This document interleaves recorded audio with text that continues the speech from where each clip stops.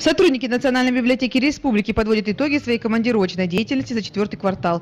Только за последние пару месяцев они приняли участие во многих значимых конференциях, форумах и семинарах всероссийского уровня, где их деятельность была высоко оценена квалифицированными специалистами. В рамках проводимого года культуры мы по приглашению побывали в Москве, Санкт-Петербурге, Звенигороде, отмечают библиографы, побывали в Татарстане и в регионах Северного Кавказа с фестивалем «Ингушская книга», стартовавший в сентябре этого года и организованный Национальной библиотекой с целью популяризации национальной книги, истории и науки, а также расширения профессиональных и творческих контактов. В этом году все наши командировки проводились в рамках Года культуры. Это и наша беспрецедентная акция фестиваля «Ингушская книга» в республиках Северного Кавказа, с которым мы проехали по 6 субъектам СКФО, и в том числе эту же программу мы показали и в республике Татарстан в рамках Дней культуры.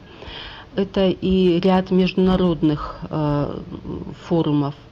В частности, это международная конференция «Крым-2014», в которой принял участие замдиректора по автоматизации Адам Картоев.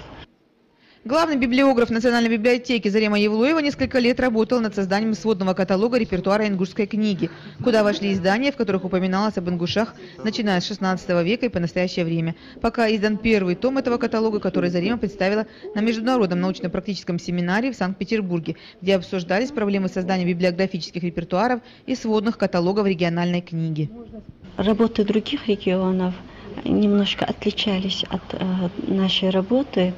Но было отмечено, Леликова Наталья Константиновна, доктор исторических наук и заведующая сектором сводных каталогов, отметила, что ингушская работа единственная, которая отвечает всем требованиям к рассматриваемым работам.